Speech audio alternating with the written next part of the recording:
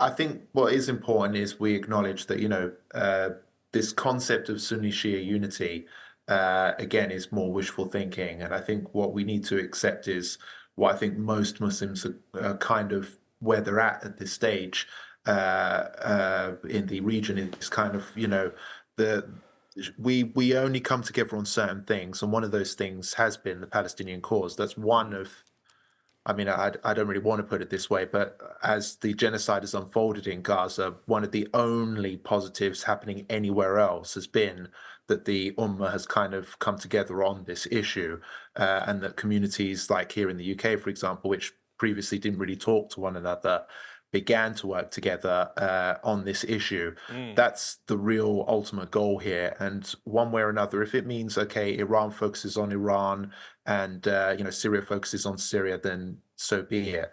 But if we can just bring the region back to a Okay. position where we can start focusing on the real enemies of Islam, which Mm. is clearly Israel and Okay. Western interference in the Muslim world, for example, that is a much more healthier place to be. But unfortunately, I don't know exactly if that can happen anytime soon. It may take a generation or two before we even get back to that. We just have to be honest with ourselves. We're in a very bad state as an ummah right now, and it Okay. may not get fixed at all for a very, very long time. Okay, well, I think our next guest is absolutely perfect, perfectly timed to enter the debate. I've got with me Anne Speckard, who's the director of the International Centre for the Study of Violent Extremism. She's interviewed over 800 terrorist, violent extremist family members and supporters around the world, including Western Europe, the Balkans, Central Asia, the former Soviet Union, and the Middle East. And thank you for joining me. I've got with me Robert Carter from the Five Pillars website, and I've also got Isa Ali, from an independent journalist, used to work for Press TV and RT.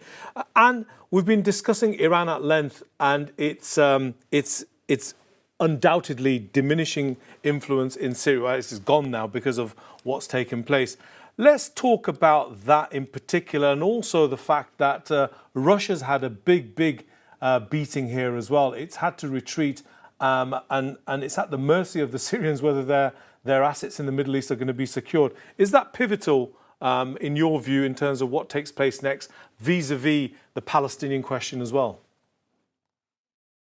Well, it's really interesting, and bravo to the Syrians that they won their freedom and won it without even having to turn to any other great power to help them win Yeah. it for themselves.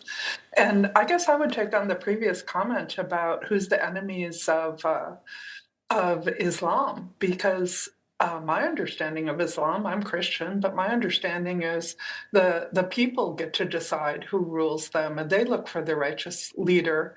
And we're seeing that finally in Syria. And I think the West is super supportive of that. Mm. And, for me, that's following the whole idea of Islam, that you don't have a dictator, you don't have an apostate ruler, you have someone that the people themselves chose. And it's not probably going to be an Islamic State. I don't think Jolani is trying to set up an Islamic State.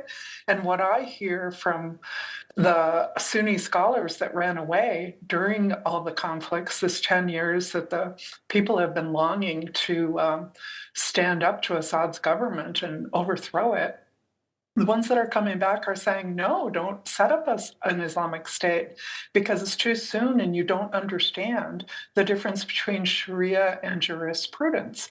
And, we already saw that with ISIS, with, claiming to follow Sharia, but doing it in the most brutal way possible. And not and imposing themselves upon the people versus what Islam teaches of you find the righteous leader and you swear your allegiance to him. Yeah, or her. but I think you've interpreted it absolutely. Robert, she's got a point, hasn't she? This is about finding just rulers. I'll come back to you, Issa, but I want Robert to quickly answer that because he made the point which Anne referred to.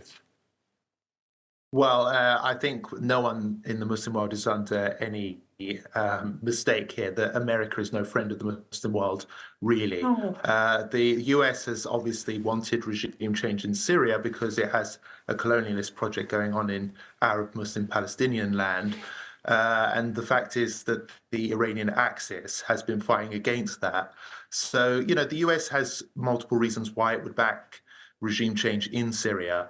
And I think that one of the negatives of the Syrian position is that they've been stuck between, well, we need to get rid of this nasty tyrant and a dictator, but unfortunately, we're ended up being backed by foreign countries like the US that has kind of poisoned what was probably a peaceful initial uprising during the Arab Spring, and has decided, here's a beautiful opportunity we have to get another Arab country to destroy itself. So let's send in loads of guns and some crazy radicals as well, perhaps on CIA payroll to upset and destroy things there. Daesh, for example, is not an Islamic organization. It's an un-Islamic death cult, which appears to be what a white man's interpretation of what Islam is all about, an Islamophobe white man's interpretation of what an Islamic group would be. It's just a caricature. It's killed more Muslims than it has anyone else. And there's a massive conspiracy theory, which is widely believed, that ISIS is a CIA-created organization. It's not an Islamic Muslim movement. This is something from the West. So, Robert, I'm gonna just jump. With all due respect, don't talk to me about what Islam teaches about who the enemies of Islam is, because I know pretty well that the enemies of Islam is Israel, Zionism, and Western intelligence. Absolutely. There's no dispute about that among any Muslim, any Arab. I'll pause you there. Just to pause. Anyone who loves their country in the Middle East is never going to accept that. Okay, Robert, very passionately made. Pause you there. I'm going to come back to you.